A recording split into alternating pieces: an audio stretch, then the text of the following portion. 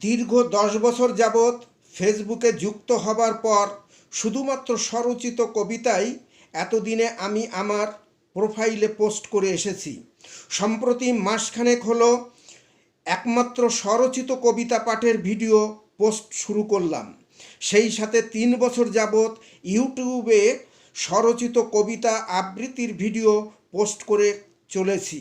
কিন্তু সম্প্রতি বন্ধু ও ফলোয়ারের সংখ্যা বৃদ্ধি পাওয়ায় অনেকের কাছ থেকেই গল্প পাঠের অনুরোধ পাচ্ছি।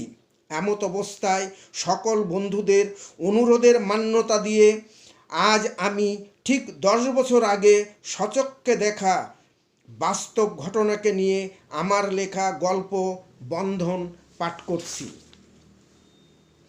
27শে জুলাই 2004, সময়টা আনুমানিক 12টা 35।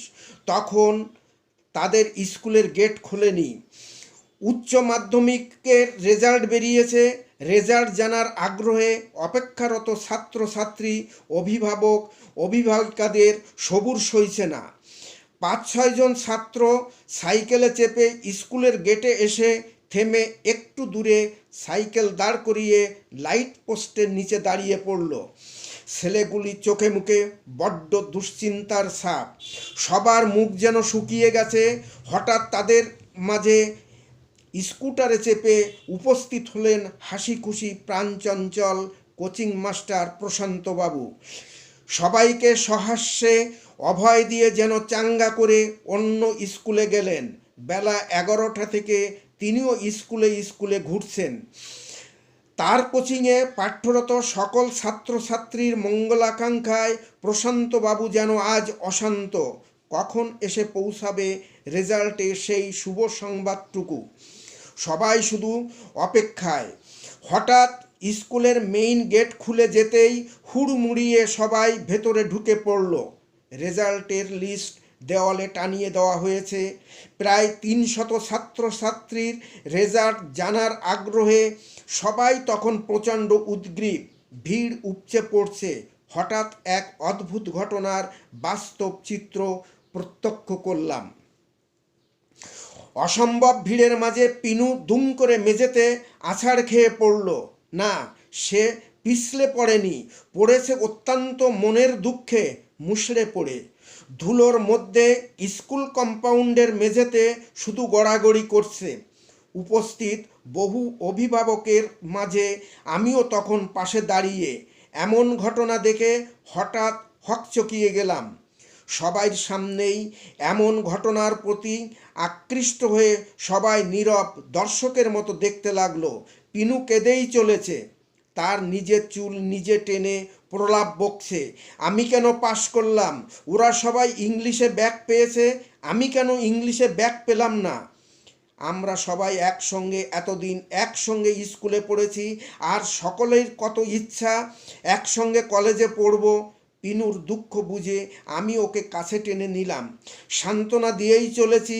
পাশেই লম্বা বারান্দায় ভিড়ের মাঝে ওদের ভিতর সব থেকে সাহসী বন্ধু সুবীর চুপ করে দাঁড়িয়ে। সে যেন এই মুহূর্তে নীরব নিথর, কণ্ঠ তার বাকরুদ্ধ। পিনু কাঁদতে কাঁদতে ওকে জড়িয়ে ধরল, আর পারল না সামলাতে। সুবীরের বীরত্ব তখন চূর্ণ বিচূর্ণ। হঠাৎ তার চোখ ফেটে গড়িয়ে এলো জল। ঠিক এমনই পরিস্থিতির মাঝে হঠাৎ দৌড়ে এলো অন্য এক বন্ধু, গণপতি। সেই যেন এই মুহূর্তে সত্যিকারের সেনাপতির কাজ করল। সমবেত দর্শকের ভিড় ঠেলে ছিনিয়ে নিয়ে এলো একান্ত আকাঙ্ক্ষিত বিজয় বার্তা। পিনু সুবীরকে জড়িয়ে ধরে বলল, ওরে আমরা সবাই পাস করেছি রে, আয় দেখে যা। বলেই জোর করে টানতে টানতে নিয়ে গেল দেওয়ালের টাঙানো লিস্টার দিকে। পেছনে ততক্ষণে এসে জড়ো হয়েছে অন্য সহপাঠী বন্ধুরা। বাপ্পা, সৌরভ, সন্দীপ, সুজয়, সীমান্ত, সুশান্ত, শ্রেয়াংশু, লক্ষণ, অনির্বাণ, অবিনাশ। এই বন্ধুত্বের বন্ধন যেন ছিন্ন হয়ে বিনাশ হবার নয়, মুহূর্তে ওদের মধ্যে সুপ্ত শুকানো ফুর্তি যেন ফোয়ারা হয়ে উঠল। ততক্ষণে সেখানে পৌঁছে গেছে সহপাঠিনী দেবশ্রী। অভিনন্দন জানাতে সুন্দর সুশ্রী দেবশ্রীর হাতের কোমল পরশ যখন পিনুর ধুলোমাখা পিঠে স্পর্শ করল, তখন তাদের অজান্তে পাশ কেটে এসে দাঁড়িয়ে গেছে কেয়া, পিঙ্কি, সুপর্ণা, শ্রেয়াংশী, প্রিয়াঙ্কা, পিয়ালি, টিনা, মম্পা, ইন্দ্রাণী ও অঞ্জনা। ওদের কাণ্ড দেখে ঘটনার বিহ্বলতা কাটিয়ে উঠতেই আমার চোখের কোণ চিকচিক করে উঠল। পিনু ততক্ষণে সবার মাঝে বড্ড লজ্জা পেয়ে গেছে। সবার হাসি খুশি হই হুল্লোড়ে পিনুও তখন গায়ের ধুলো ঝেড়ে একটু মুচকি হেসে উঠল।